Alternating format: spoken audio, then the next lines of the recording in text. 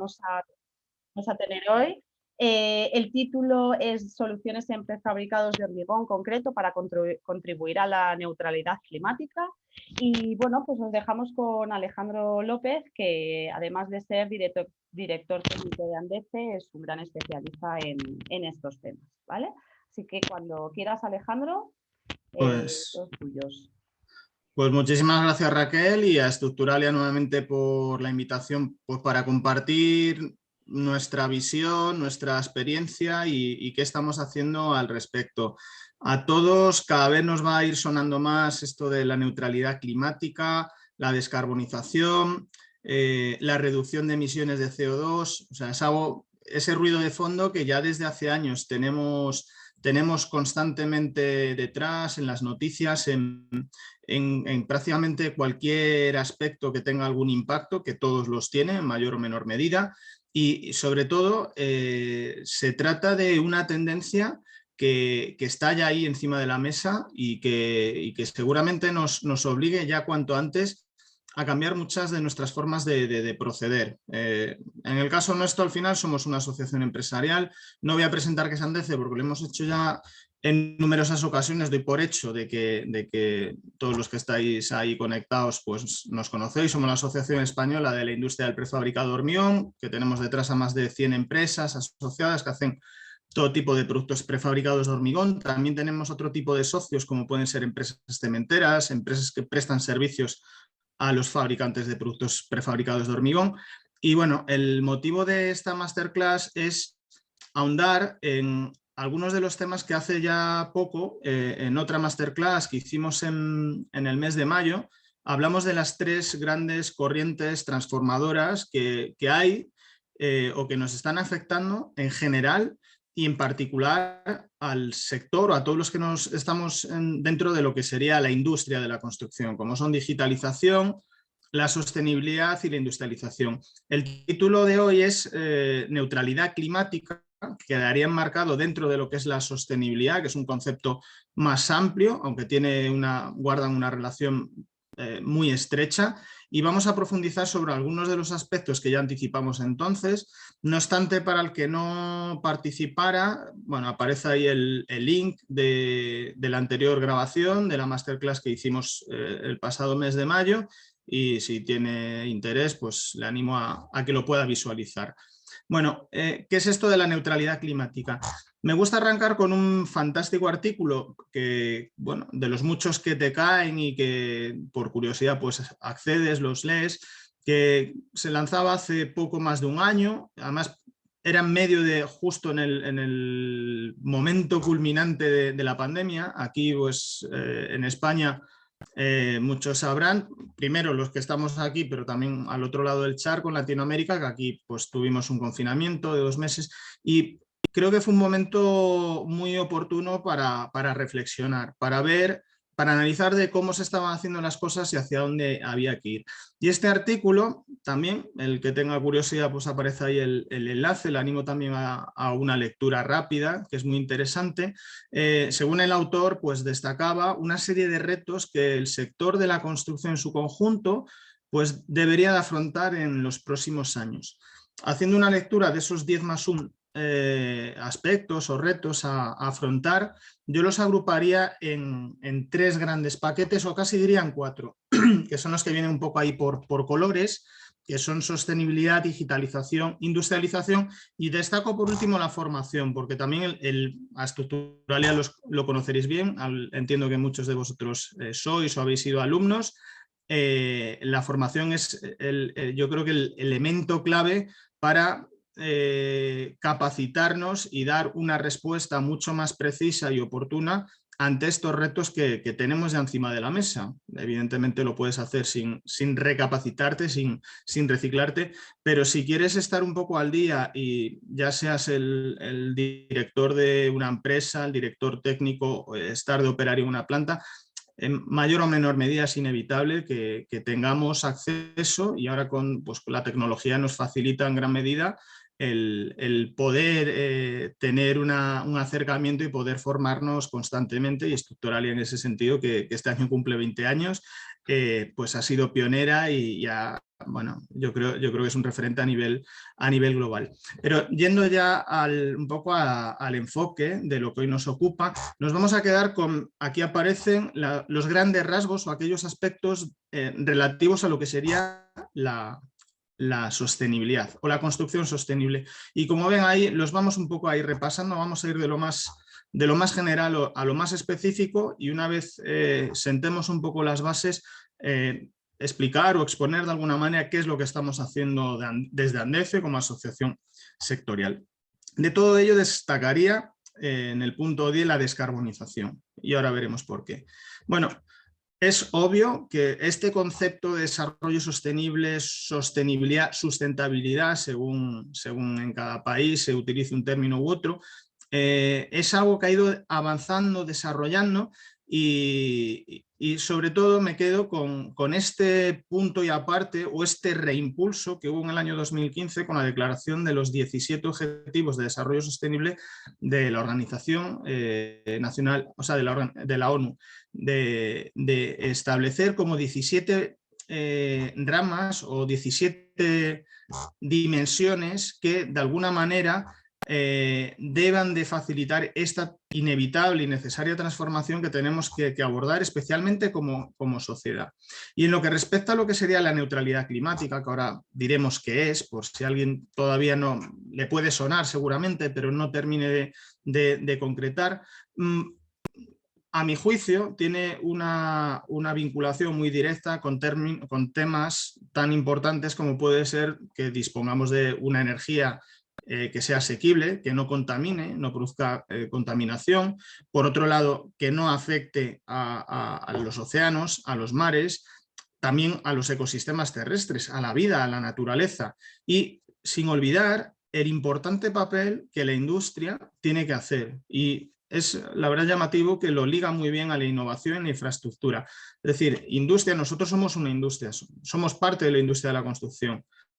Que nos liguen directamente a la innovación como algo que de alguna manera revele esa capacidad o esa necesidad que nos viene muchas veces impuesta, estar constantemente innovando, probando, buscando optimizar cualquier solución para ser más competitivos, porque el propio mercado, las propias necesidades que cada vez, y especialmente el sector de la construcción, que está en constante desarrollo, pues yo creo que es un acicate también, un estímulo para que realmente nos lo creemos y pongamos de nuestra parte para que así sea. Y yendo todavía más allá, bueno, yo creo que casi utilizar algún término más con el cual estemos o hayamos tenido, en este caso desafortunadamente, que familiarizarnos, como el aplanamiento de la curva. Bueno, aquí el autor también hacía en este artículo que he extraído un ejercicio de la necesidad que tenemos como sociedad en el planeta de aplanar la curva climática, los impactos que tiene. Y lo que decía, ¿qué es esto de la neutralidad climática? Que es el título de esta presentación. Pues fue definido en uno de los grandes encuentros multisectoriales que se producen cada año en distintas partes del mundo. Es aquel concepto por el cual se establece que las emisiones de gases de efecto invernadero, y aquí aclarar que no únicamente de CO2, que hay otros gases que también tienen impacto. El segundo puede ser el metano, y hay otros aun con un menor peso, han de equilibrarse. Es decir, que el balance final entre lo que como sociedad, y ahí incluiría las industrias, la automoción, la construcción, etcétera, la suma de todo eso, el planeta pues sea capaz de compensarlo. Con lo cual, el planeta al final tiene una capacidad que es limitada. Y lo que tenemos que hacer, por otro lado, es esa suma, ese agregado de emisiones, pues se compensa hasta llegar a un punto cero. La consecuencia, como bien saben, y es algo que todavía, aunque quede algún escéptico, pues algo que yo creo que es obvio, palpable, es la más directa con el calentamiento global. Estamos sufriendo un calentamiento progresivo de la temperatura media del planeta, y eso al final tiene unas consecuencias devastadoras en cuanto a ciclos de sequía o ciclos grandes, desastres naturales, inundaciones, de todo tipo, que al final está claro que hay que poner cuanto antes medidas en marcha. Medidas en algún caso que ya se han venido probando, pero que ahora hemos llegado ya a un punto de no retorno y eso tiene que llevarse a cabo. En este sentido, nosotros estamos dentro de Europa. Para aquellos que estéis igual más alejados, en Latinoamérica, por ejemplo, la Unión Europea en su conjunto, nosotros somos un país que tiene que adquirir ciertos compromisos que nos vienen motivados o dirigidos de ese gran grupo de naciones, asumió un compromiso que es que en el año 2050 alcancemos la neutralidad climática, es decir, ese balance nulo. Otro estado, por ejemplo, China, que es por su demografía es el país más poblado del mundo, además una economía en un crecimiento vertiginoso, pues actualmente es altamente contaminante, pues ha asumido un compromiso de que en el año 2060, es decir, 10 años después, también alcance la neutralidad climática. Y esto no se consigue de un día para otro. Esto al final hay que trazar una hoja de ruta, hay que ir escalando, pues como es el caso de Europa, cada 10 años. Esto seguramente, estos datos aquí, pues como ven que van en sentido decreciente hasta llegar a cero en el año 2050, probablemente más adelante haya que ir revisando. Un ejemplo es, por ejemplo, es el caso de la Unión Europea, que hace poco más de un año había estimado una reducción del 40% de las emisiones con respecto al año 1990, que es la base que se tomó en el protocolo de Kioto del año 97, y la amplió hasta el 55% para el año 2030, es decir, aumentaba un 15%, y aumentar un 15% es, bueno, implica una serie de cambios muchísimo más profundos que si se hubiera dejado. Es decir, aquí tenemos ya un escenario a futuro perfectamente definido, y esto va a tener unas consecuencias que luego acaban materializándose en otros reglamentos, en normas, etcétera, que van aguas abajo. Y ahí no sé si puede ver de manera clara en la distribución un poco de los sectores que tienen una mayor afectación al respecto, pero pueden ver por ahí que por un lado aparecen los edificios, aparecen las energías renovables. Aquí, por ejemplo, en España, la energía a partir de las centrales térmicas ya se han ido cerrando numerosas plantas, y las últimas que quedan tienen fecha de caducidad. Bueno, pues tiene unas implicaciones extraordinarias, no solamente desde el punto de vista ambiental, sino también económico y también social, porque eran industrias que estaban plenamente consolidadas. La automoción, la electrificación de la demanda también aparece por la digitalización, es decir, la suma de todos estos aspectos o variantes que tiene, pues tiene un mayor o un menor grado de implicación. Y yendo ya, concretando todavía más, ¿qué importancia tiene la construcción dentro de todo este enfoque o este cambio o esta transformación que ya estamos experimentando? Bueno, pues los datos lo dejan bien a las claras. De manera general, aunque tampoco quiero precisar mucho o matizar más bien, porque se suele recurrir mucho a estos valores, al 40%, o sea que los edificios, más en particular los edificios, no las infraestructuras, pocas veces nos remitimos a las infraestructuras. Se dice los edificios son responsables del 40-45% de las emisiones globales de efecto invernadero. Vale.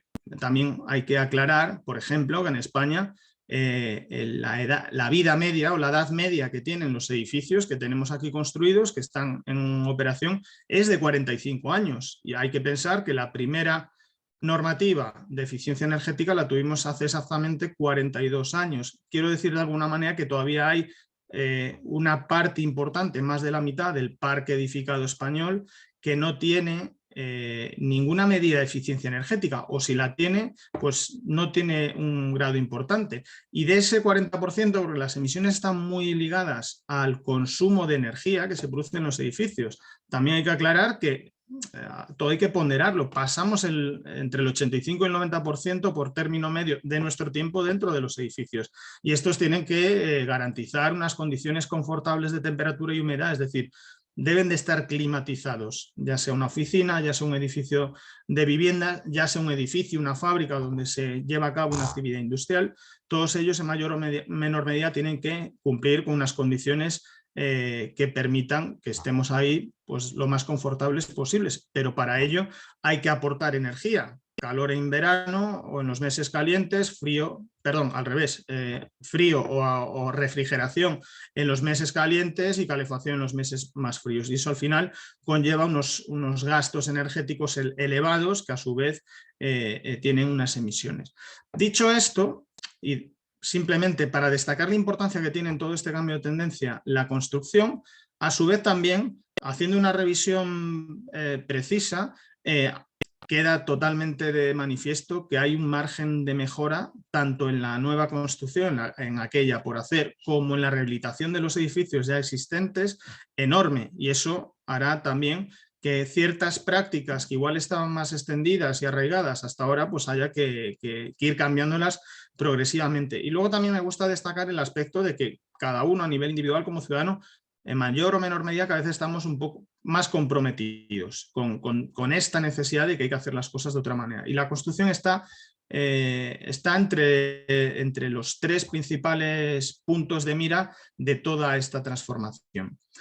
Yendo todavía más a concretar, en el caso de los edificios, dejo las infraestructuras porque, utilizando el mismo ejemplo que antes, las infraestructuras por norma general no hay que climatizarlas. Un puente, un túnel, pues no tiene necesariamente unos consumos de energía elevados. Son infraestructuras porque sirven para el paso de personas, para el paso de vehículos, pero no tienen esos gastos operativos, esos consumos de energía en operación que sí que tienen los edificios. De ahí que se deje un poco fuera de la ecuación. Y estas dos gráficas que me parecen sumamente interesantes para un poco ir ilustrando el objeto, la temática de esta clase, quiero que se den cuenta, que de alguna manera visualicen la importancia que tienen todas aquellas variables que hay en el diseño de cualquier edificio. En la imagen de abajo pueden ver un poco lo que sería el ciclo de vida que puede tener un edificio. En primer lugar, hay que producirlo, es decir, hay que crear los materiales, que a su vez conformarán los productos, los elementos constructivos. Luego, en el diseño, que también tiene importancia, el estudio de arquitectura, la ingeniería, pues en la medida de lo posible aplicar medidas conducentes a que luego cuando el edificio esté en operación, pues tenga los menores consumos posibles, o sea, que sea eficiente especialmente. Luego, las instalaciones, que en la medida de lo posible las energías renovables, luego lo veremos como ejemplo, pues tengan una mayor aportación. Luego lo que sería el proceso de construcción como tal, tratar también de que sea lo más óptimo posible en este sentido para que los consumos de energía y a su vez las emisiones sean lo menores posibles. La durabilidad en base al envejecimiento de los materiales, podemos, y también lo veremos ahora con un ejemplo práctico, diseñar creyendo que lo estamos haciendo de manera totalmente sostenible, y aquí también quiero abrir un paréntesis que lo dije en anterior masterclass, que yo creo que es erróneo el asignar a un material, a un determinado sistema, si es o no es sostenible. Todo puede tener un mayor o un menor grado de sostenibilidad, y todo material o todo sistema constructivo o cualquier edificio siempre tendrá un margen para que podamos hacerlo más o menos sostenible, y eso va un poco en la práctica, en el conocimiento, y la formación igualmente pues es un elemento clave para poder manejar todas estas variables que no son pocas. Bueno, el mantenimiento, lo que quiero decir de alguna manera, que estamos conjugando una cantidad de variables de lo que sería el edificio, materiales, diseño, equipos, enorme, y eso pues de alguna manera tiene unas consecuencias desde el punto de vista de las emisiones que tiene asociadas. Sin entrar tampoco en aspectos que nos podría un poco pues, confundir, también diferenciar lo que sería dentro de las emisiones de CO2, lo que es el carbono operativo, que es el que está ligado al propio funcionamiento del edificio para poder tenerlo en funcionamiento, la climatización de la que acabamos de hablar, la iluminación, la producción del agua caliente, etcétera, pues eso iría ligado a lo que sería el carbono operativo. Y lo que es el carbono embebido, que son las emisiones de CO2 que están pasivas de alguna manera, que van inherentes a lo que es el propio edificio. Funcionen más o menos, pero que quedan ya inherentes. Y todo esto hace que intervenga o pase a intervenir en toda esta ecuación un aspecto que hasta ahora pues había quedado al margen, no nos habíamos dado cuenta, que es que si estamos hablando de que el sector de la construcción, especialmente la construcción o rehabilitación de edificios, tiene una importancia tan elevada, al menos sepamos cómo medir todos estos impactos ambientales, que el más destacado serían las emisiones de gases de efecto invernadero, por lo que vemos en la gráfica de arriba, la vinculación que tiene con este calentamiento progresivo que ha venido experimentando el planeta y que hay que limitar de manera inevitable. Bueno, en todo esto, ¿cómo se enmarca? Bueno, la construcción sostenible.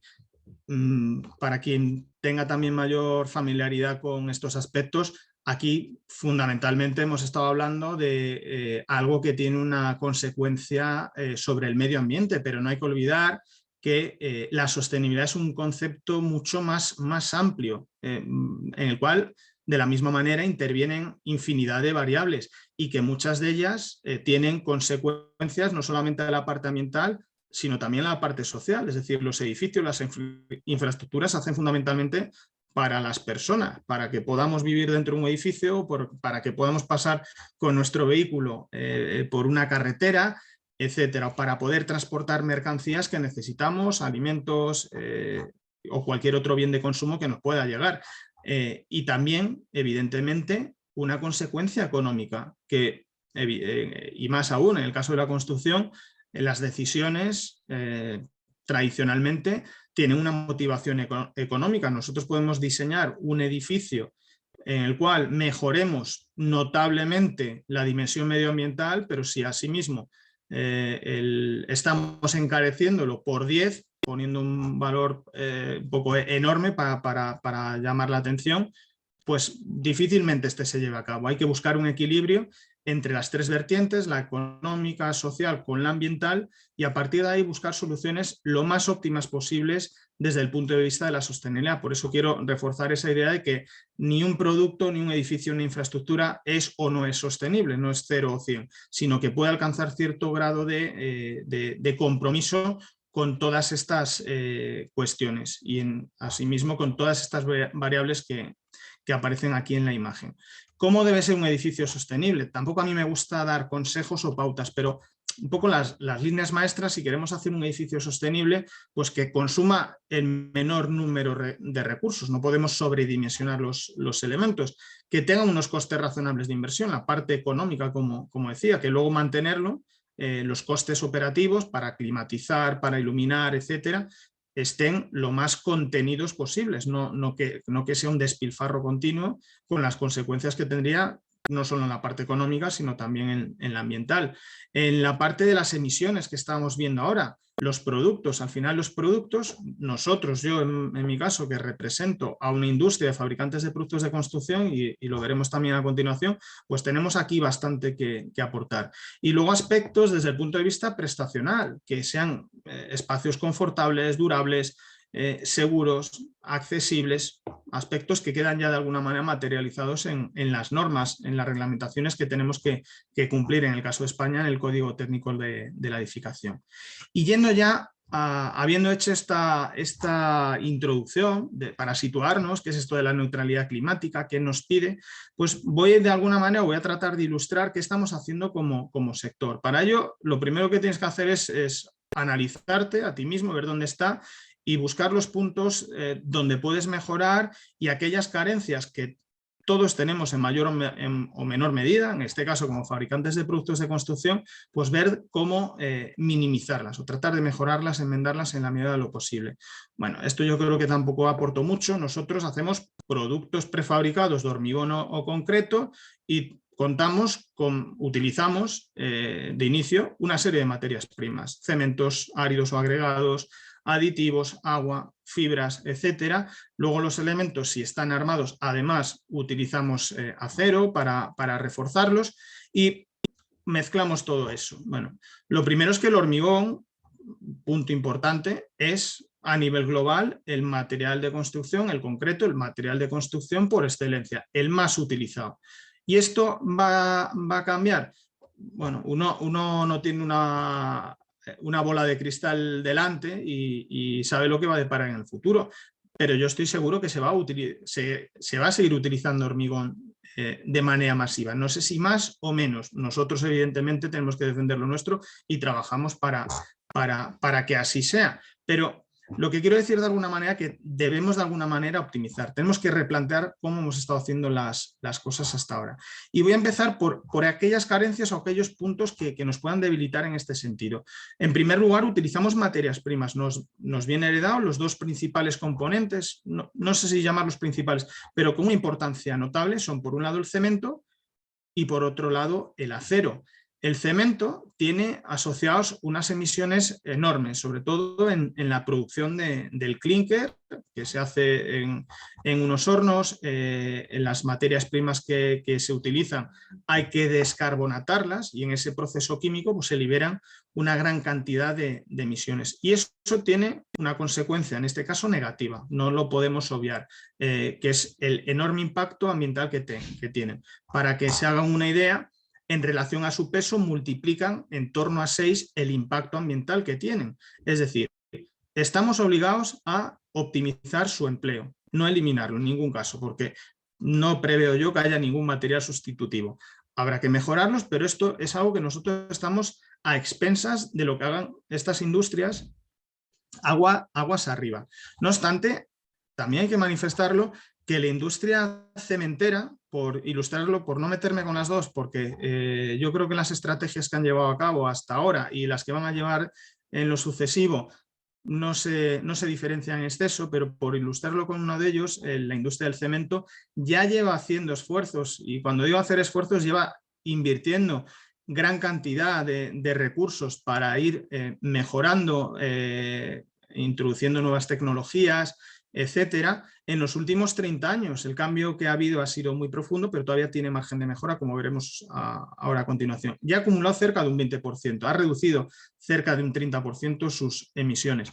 Y otro ejemplo, además, yo creo que es una industria, pues yo creo que modélica, en cuanto a que es bastante receptiva a probar nuevas tecnologías, a emplear, como es este caso en España, utiliza hasta 84, seguro que ya me ha quedado desfasado el dato, pero redondeando, 100 tipos de residuos de distintas procedencias de todo tipo. O sea, he perdido la cuenta de las enormes, del uso que se le puede dar en cuanto también para la combustión, para poder producir cementos con mayor contenido de adiciones, de tal manera que estamos eliminando un residuo que de otra manera pues, se llevaría a vertedero si no se valoriza y sería un problema. Pues nosotros, o en este caso la industria cementera, está dando una salida. Eso tendrá o no en cifras una consecuencia más directa o menos directa, pero yo creo que también es una manera de reconocer los esfuerzos, las inversiones que lleva haciendo esta industria en los últimos 30 años especialmente, y lo que va a tener que seguir haciendo inevitablemente en los próximos 30. Y esto, bueno, lo pongo aquí, yo creo que es muy interesante, la hoja de ruta que ha definido Oficemen, que es nuestro equivalente, la asociación que engloba a los principales fabricantes de cemento en España, que le ha llamado la estrategia de las 5 Cs, en las cuales, bueno, pues tiene ya una hoja de ruta trazada de aquí a 30 años, al año 2050, en la cual va a ir aplicando ciertos pasos que le permitan llegar a una reducción global respecto al año 1990 de un 90%. Y el 10% restante, en teoría, sería cubierto pues, por sumideros de carbono. El objetivo, veremos si es alcanzable, el compromiso es que se consiga, es llegar a ese balance neutro, a obtener esa neutralidad climática en el año 2050.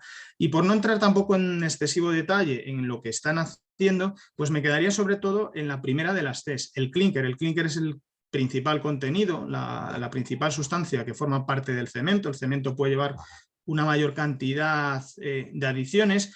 Hay que tener en cuenta que en el caso de los prefabricados de hormigón, utilizamos por unas razones de operatividad cementos con un contenido alto en clínker, aquí se designan como CEN1, que hace que además nosotros nos venga, las consecuencias de todo este cambio sean todavía más acusadas. Bueno, pues el objetivo es reducir las emisiones del clínker hasta un 66%. Y se hará en base a una serie de acciones que haya que llevar a cabo. Es en la búsqueda de materias primas más descarbonatadas, para que a su vez en su producción las emisiones sean menores, utilizar más biomasa como combustible, el uso de hidrógeno, que es una de las tecnologías pujantes que hay para producir energía, tecnologías de captura y almacenamiento de CO2 dentro de las propias plantas de cementos. Es decir, tiene una hoja de ruta bastante meditada y que ya empezamos a ver cómo, como sabrán seguramente, gran parte de las empresas cementeras pertenecen a grandes multinacionales. Esto de alguna manera yo creo que facilita toda esta labor de investigación, de innovación, porque se comparte. Pongo aquí ejemplos de 3 empresas que además son empresas asociadas de Andece, como el caso de Lafarge-Holcim, que ve aquí lo que podría recibirse como una amenaza, como una enorme oportunidad para poder mejorar, como, bueno, hay que darle la vuelta y revertirlo e intentar que esto sea lo que te viene impuesto, pues tratar de que sea algo que te permita también mejorar tu competitividad, haciendo pues cementos más verdes, más ecológicos. O el caso en la derecha arriba de la primera planta de cemento que está en Noruega, que va a ser de emisiones de carbono nulo de Heidelberg Cement. O en el caso de abajo de Cemex, que ha sido una de las primeras empresas que ha lanzado un hormigón o un concreto con un balance de emisiones netas de CO2 nulas. Bueno, pues esto es algo que vamos a ir viendo con mayor frecuencia en los próximos tiempos y que en nuestro caso pues vamos a ser una parte directamente afectada por toda esta evolución que experimente, en este caso ilustrado con la industria del cemento, y lo mismo podríamos decir del acero o de otras materias primas que tenemos aguas arriba, o compromisos, firmas de acuerdo, participación en foros más multidisciplinares en el que participan entidades de muchos países, en este caso la Agenda 2030 que tenemos en España y también a nivel global, compromisos que al final te obligan a no detenerte y a seguir avanzando en este sentido.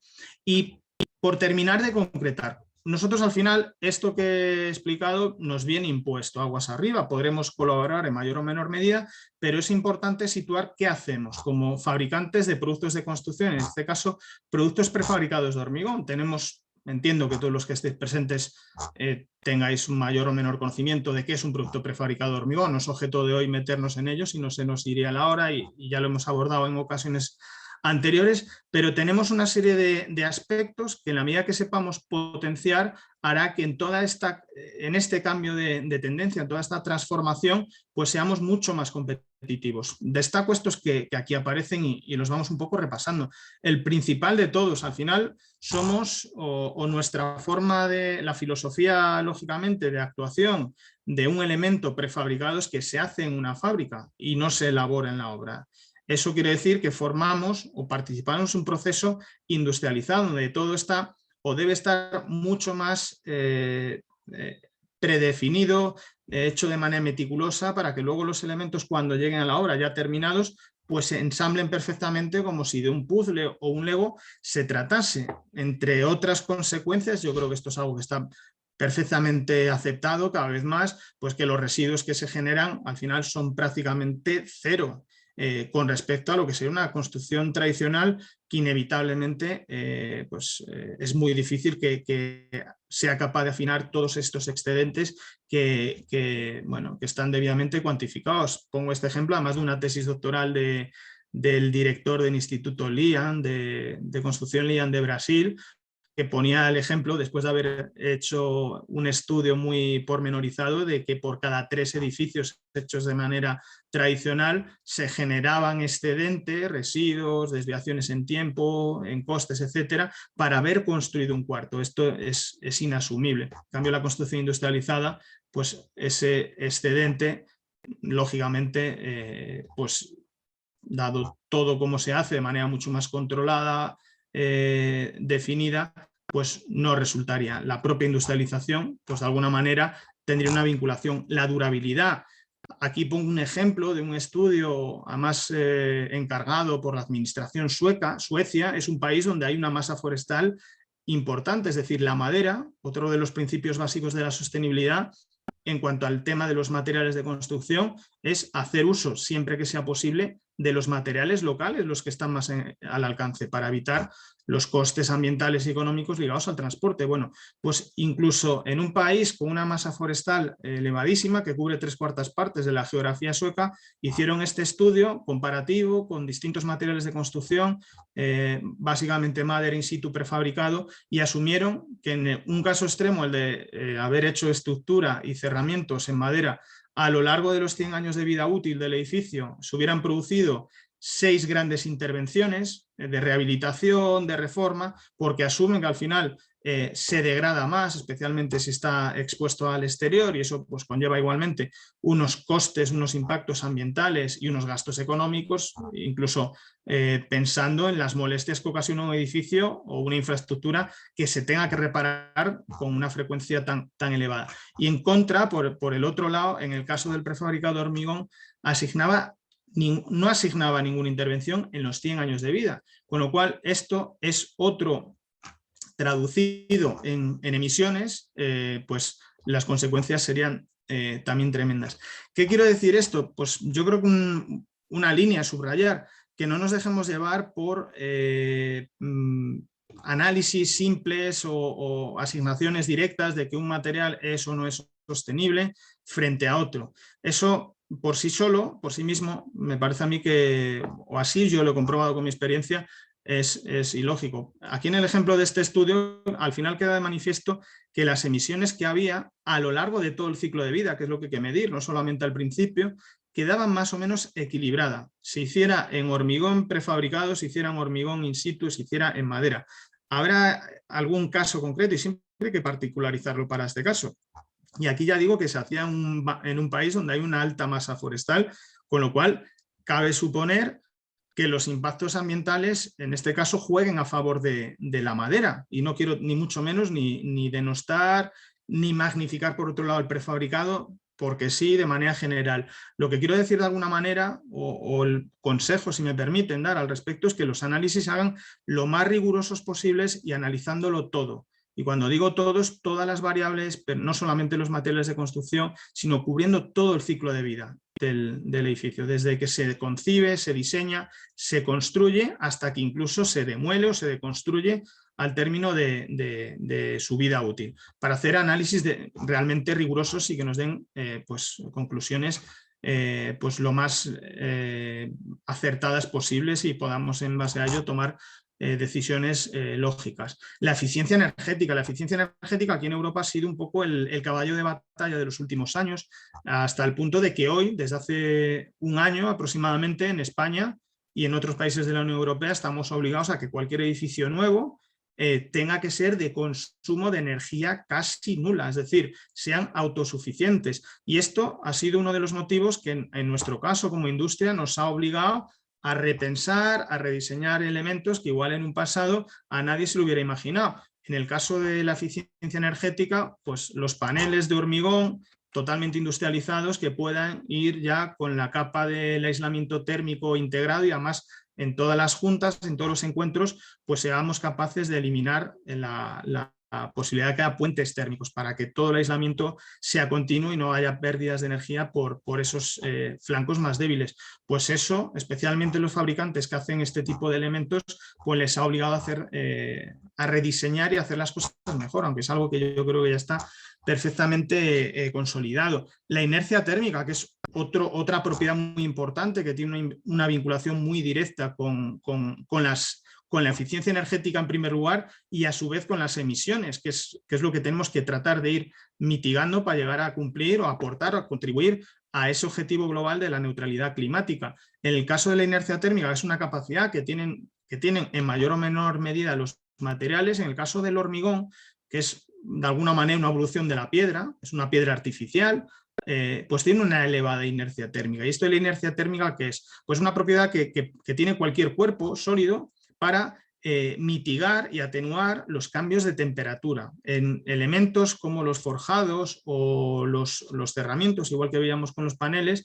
El que consiga de alguna manera bajar esa curva, esa evolución en función de lo que sería el cambio de temperatura que se produce a lo largo del día y de la noche, sube y luego baja. Si conseguimos atenuar y retardar ese cambio de temperatura en el interior de los edificios, además añadiendo alguna tecnología, aquí en la imagen de la derecha, pues es un encapsulado de materiales de cambio de fase. No voy a tampoco entrar en detalle porque se nos iría la hora, pero animo también en el canal de YouTube de Andece, tenemos vídeos de presentaciones, incluso artículos técnicos que también tenemos en la web donde hablamos largo y tendido de qué es. Bueno, la conclusión de todo esto es lograr una tecnología que optimiza los consumos de energía dentro de los edificios, con una aportación, pues yo creo que diría irrisoria, en base a lo que luego podemos conseguir durante los muchos años de funcionamiento de un edificio, que estaremos requiriendo menor aporte de aire acondicionado o de calefacción según se requiera.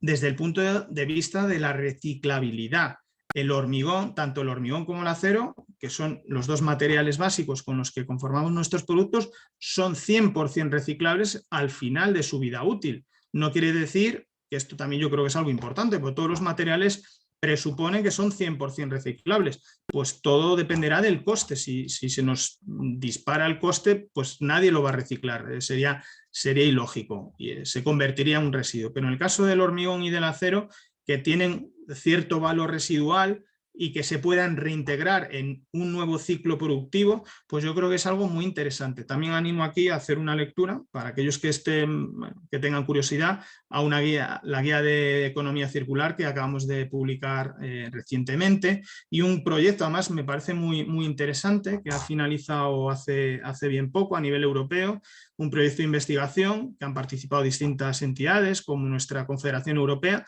que utiliza hasta un 75% de residuos de construcción y demolición. Volvemos otra vez a incidir en valorizar, que igual que hace la industria cementera, en valorizar residuos que de otra manera no se sabría bien qué hacer con ellos, para procesarlos, convertirlos en árido reciclado y reintroducirlos en un nuevo proceso productivo, en este caso con paneles prefabricados de hormigón.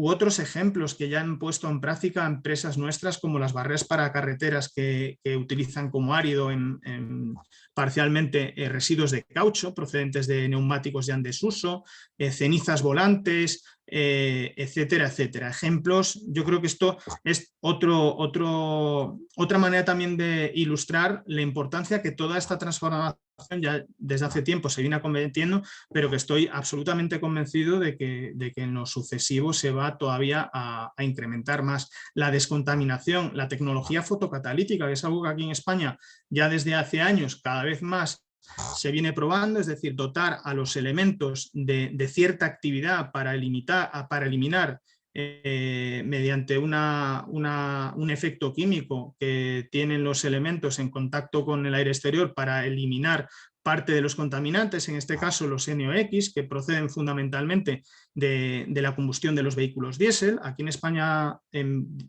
muchas ciudades, en ciudades importantes como puede ser el caso de Madrid, que hay unas restricciones de tráfico de tráfico y de otros aspectos, pero especialmente de tráfico, del tráfico rodado, cuando se supera ciertos niveles de concentración de contaminantes. Bueno, pues disponer de elementos que ayuden a mitigar la concentración de contaminantes ambientales, en este caso del NOx, pues es algo que yo creo que merece la pena el promoverlo y el potenciarlo. Bueno, pues en el caso de los prefabricados de hormigón se viene probando desde hace tiempo. Aquí veo también una fachada hecha por uno de nuestros socios, por Preorquisa, que hoy está aquí, está compartiendo este rato con nosotros, pues que es otra manera de darle mayor valor añadido a un elemento que no solamente hace una función de cerramiento, sino que también puede ser energética, puede ser acústica, puede ser de resistencia al fuego, y en este caso ayudar a descontaminar el ambiente exterior.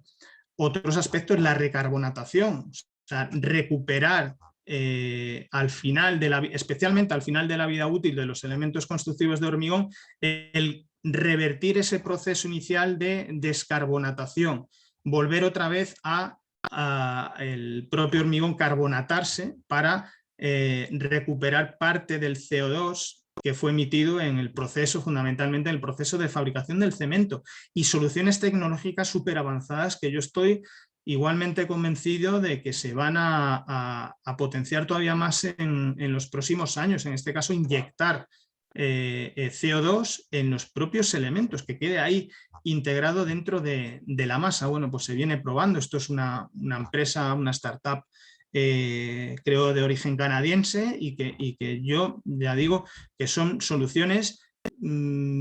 Tampoco no quiero yo pecar de arrogancia de que otros sectores, todos los sectores estamos trabajando, pero yo creo que como material de construcción las posibilidades que te puede ofrecer el hormigón para poder combinar, conjugar infinidad de variables, porque al final no deja de ser un material que estamos agregando otros, podamos mezclarlos de una manera óptima para contribuir. Igual que se superaron retos acerca de la durabilidad, pues este que tenemos ahora ya en primer lugar se verán atendidos, estoy absolutamente convencidos. Y un poco en línea con lo que venía anteriormente diciendo, yo creo que también es importante aprovechar la ocasión para romper algún mito que yo creo que conlleva al final juicios de valor, pues que creo que son erróneos en nuestro caso.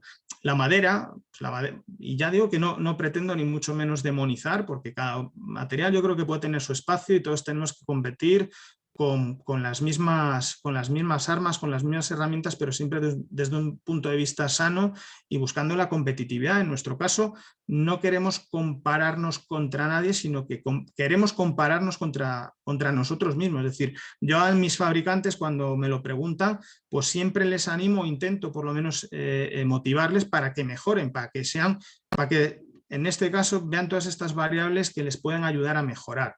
Y será así de la única manera que al final, de manera conjunta, como tecnología constructiva, el prefabricado de hormigón, con todo lo que hemos ido un poco destacando, consiga el ir avanzando en este sentido, sin necesidad de estar comparándote directamente con cualquier otro material alternativo. En este caso, pues pongo aquí un pantallazo de artículos que, bueno, empiezas un poco a rascar, a profundizar y son muy simplistas.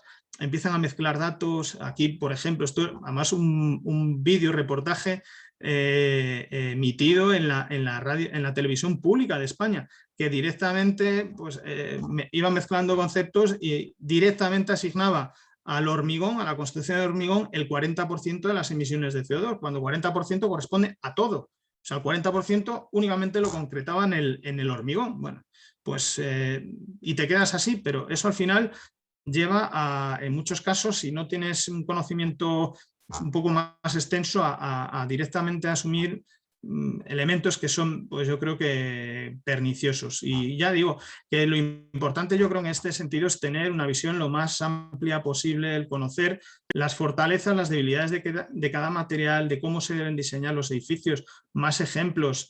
Bueno, pongo aquí radiografía de urgencia en las catedrales españolas, España que tiene una amplia bueno, por toda la geografía de catedrales construidas especialmente en la Edad Media, pues se han repuesto. Ha habido un programa amplio de intervención por el cual muchas cubiertas que antiguamente eran de madera, que han estado ahí perfectamente funcionando durante muchos años, pues han decidido reponerlas por hormigón, porque bueno, el miedo permanente a que se produzca un fuego y devaste eso. Recuerden, si lo conocen, lo que pasó en la Catedral de Notre Dame en París hace ya creo que un par de años y que está todavía hoy en reposición.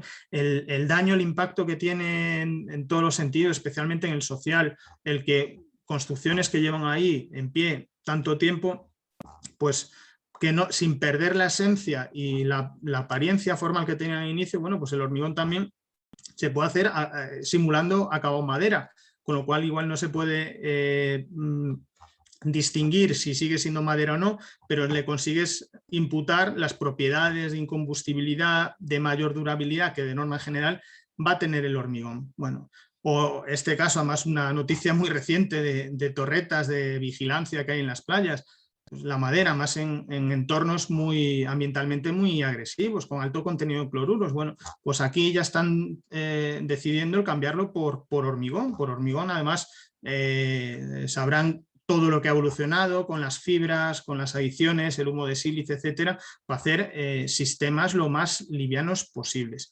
Y esto un poco a modo de resumen, construcción de conclusiones o consejos, si me lo permiten. El no sacar conclusiones así a la ligera, rápidamente, de un material frente a otro. Al final como digo, los edificios o las infraestructuras o los materiales que los conforman, hacer análisis lo más precisos posibles y estudiándolo todo. Igual que hasta ahora, pues el diseño estructural te obliga a hacer un ejercicio de cálculo con ayuda de software, lo mismo va a pasar con esto y ya se empieza a hacer análisis muy completos al respecto. Un material sostenible, bueno, lo entrecomillo por lo que digo, directamente no deberíamos de asignarle o calificarlo directamente de sostenible. Si luego va dentro de un elemento insostenible o de un diseño que no se haga de manera adecuada, pues perderá toda esa capacidad o todo ese potencial que tenemos. La parte de que los análisis, que no solamente los limitemos a la parte ambiental, sino a las consecuencias sociales y económicas que van a tener, la importancia del transporte. Hay soluciones, a mí es algo que me llama poderosamente la atención, a veces cuando veo alguna solución que se presenta como el sistema de construcción más sostenible, pero resulta que el material lo están importando desde varios miles de kilómetros de distancia. Digo, pues la sostenibilidad se le ha quedado por el camino, porque ya primero hay que mover las piezas.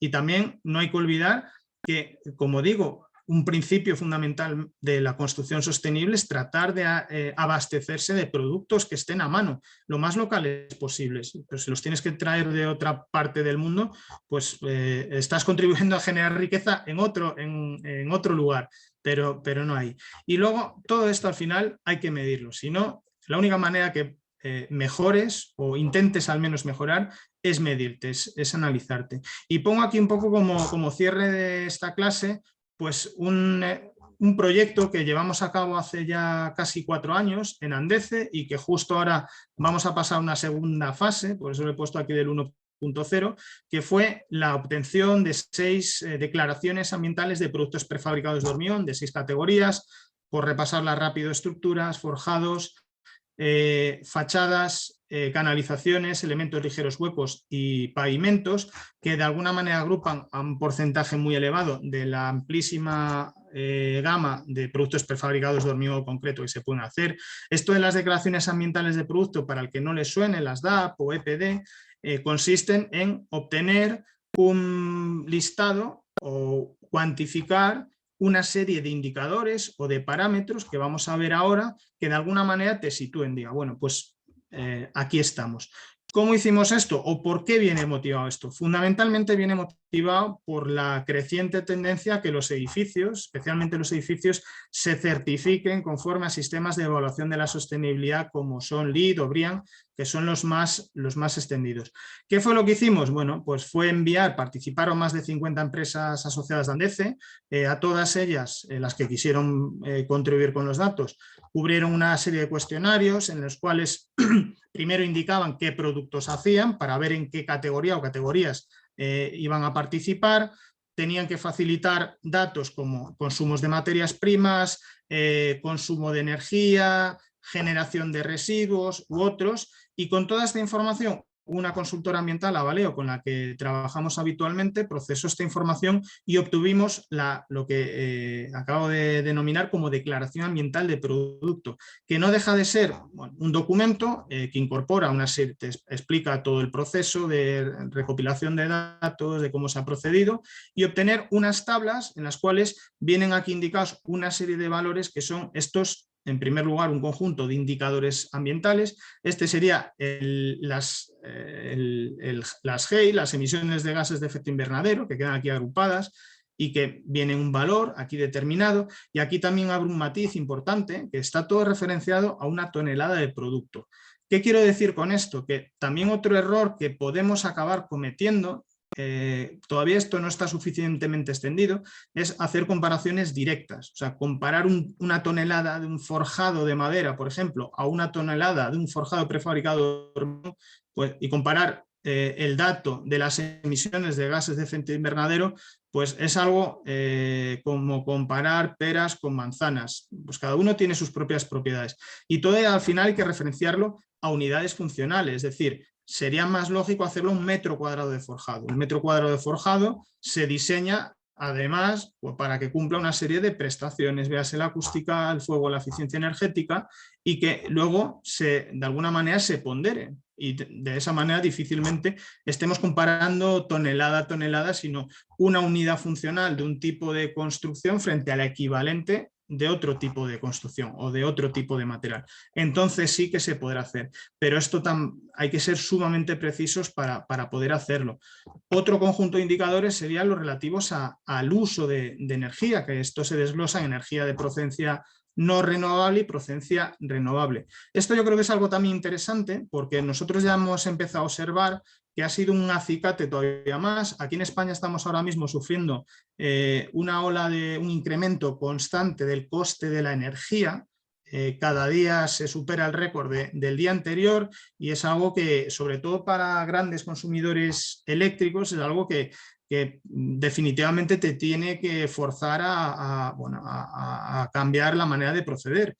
Bueno, pues contamos con alguna empresa que ya me lo ha manifestado, que ya está diseñando, invirtiendo en autogenerar, en crear en sus propias plantas de fabricación, el generar la propia energía que luego va a consumir. Esto luego tiene inevitablemente una consecuencia favorable a las emisiones, no solamente al coste de la energía, que se le reducirá bastante, sino también a las emisiones. Está contribuyendo de alguna manera y todas estas tecnologías evidentemente son de procedencia renovable, ya sean pues placas solares fotovoltaicas, tener algún aerogenerador en la propia planta, calderas de biomasa, cogeneración, etcétera. Bueno, incluso pues alguna empresa, pongo aquí de manera un poco más confidencial, una de nuestras empresas, Escofet, que el 100% de la energía que utiliza es de procedencia renovable. Evidentemente eso va a tener una consecuencia positiva en todo eso. Y asimismo, bueno, por poner algún ejemplo, porque lo hemos dejado pasar por encima, no nos hemos detenido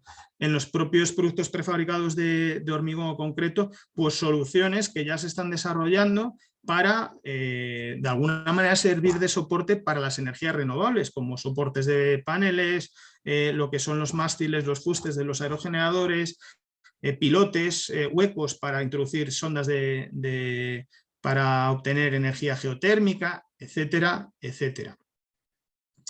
Y esto ha sido un poco las consecuencias o el resumen de esta primera fase de este proyecto, y ahora hemos llegado a una segunda fase, que esto es además algo que está recién publicado y que vamos a explotar en los próximos meses, años, que es una herramienta dirigida de manera exclusiva para nuestras empresas asociadas, que ya no solamente hasta ahora habíamos hecho unas DAP sectoriales y ahora directamente los fabricantes de manera voluntaria y directa pueden acceder a esta información y obtener sus propias declaraciones ambientales de producto. Primero, con el objetivo de que puedan disponer de esta información que cada vez se requiere más, pero en mi caso yo creo que tengo una visión mucho más técnica que les sirva para medirse y ver que cambiando o retocando ciertos puntos de cómo procesan, de cómo fabrican sus productos, pues puedan ir mejorando paulatinamente y de alguna manera sigamos contribuyendo a toda esta transformación que hemos venido contando. Y volviendo otra vez al punto anterior de que esto viene muy impulsado por estos sistemas de certificación. No solamente esto es importante porque cada vez hay más, pero también las administraciones son parte que tiene que dar ejemplo y que reclamar productos en este sentido.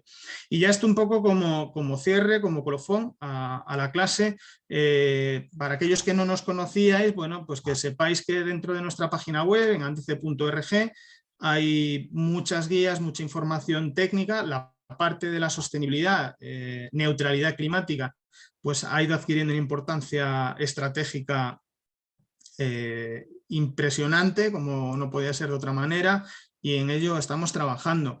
Un poco así como por abrir una cuestión de cara al futuro. En mi caso está participando en nombre de Andece en una serie de sesiones, en un foro que ha dirigido en el caso de España GBC, pero participan también aproximadamente 10 países de Europa, que tiene el encargo de la Unión Europea de un poco ir estableciendo la hoja de ruta igual que cada sector, ponía el ejemplo de la industria cementera, ha definido a sí mismo esa hoja de ruta hacia la neutralidad climática, ver de qué manera todos los agentes que aquí participamos, estamos hablando de un sector muy heterogéneo, donde coexistimos industriales que fabricamos productos de construcción, empresas constructoras, mantenedores de edificios, las propias administraciones, laboratorios, estudios de arquitectura, promotores, etcétera, etcétera, definir cómo deben de ser los edificios del futuro. Y esos edificios del futuro posiblemente tengan que ser de consumo o más bien de generación de emisiones de carbono nulo. Y para ello pues habrá que ir tomando medidas y habrá que establecer, o posiblemente se acabe estableciendo, una hoja de ruta. Pero también aquí me parece muy importante, un poco por ahondar en esta idea, decía anteriormente, de los materiales, pues igualmente destaca que el hormigón o ciertos metales, llámese acero u otros, que están un poco en el punto de mira por esas emisiones que tiene realmente, pero que, como hemos visto, son, no voy a decir fácilmente, pero es factible que se vayan compensando sin menoscabar las prestaciones que al final tienen los productos. El hormigón va a seguir existiendo, ya digo que no soy adivino y no sé lo que deparará el futuro, pero yo estoy absolutamente convencido que va a ser un elemento, un material de construcción protagonista principal de la construcción que vayamos a ver en las próximas décadas. El no menospreciarlos atendiendo si solamente fijamos la mirada en las emisiones que en este caso pueda tener de manera individualizada. Hay que ver, como decía y he destacado en varias ocasiones, una visión mucho más amplia y de conjunto. Y bueno, con esto termino, simplemente como cuñita publicitaria rápida, todo esto, bueno, toda esta colaboración con Estructuralia se enmarca en el máster de construcción industrializada, que tenemos desde hace ya 7 años y que ha ido funcionando yo creo que muy bien y hemos ido enriqueciendo paulatinamente y de hecho además tenemos una versión adaptada para Latinoamérica y sobre todo estos temas que hoy hemos ido repasando de la manera más precisa que he podido y rápida se marcan en uno de los cursos que es el último de ciclo de vida o sostenibilidad, bueno, simplemente para que lo conozcan. Y bueno, como tendrán también, me imagino les pasen información del vídeo para que también quien lo pueda visualizar en diferido, todos los enlaces un poco así más destacados de lo que tenemos en la página web, las publicaciones, nuestro contacto, mi correo. Estaría encantado de atender, tanto ahora como al final, o sea, tanto ahora como en cualquier momento, si me quieren escribir, preguntar, pues como asociación empresarial estamos entre otras cosas para eso. Y esto ha sido todo. No sé si hay alguna pregunta, Raquel. Gracias, Alejandro. Magnífica la charla, como siempre. Bueno, de los asistentes, ¿tenéis alguna pregunta que hacerle a Alejandro? ¿Queréis aportar algo? Incluso se agradecen críticas, que a veces aprenden más de las críticas que de los halagos. El saber, pues, te hace un poco, pues, oye, igual no has caído en cierta consideración. Vamos, abierto a atender cualquier comentario. Si alguno queréis hacerlo, o bien lo escribís por el chat, si queréis hacer alguna observación o hacer alguna pregunta, lo podéis escribir por el chat, o en el chat me decís que queréis hablar y os reactivo el audio, os pongo el audio.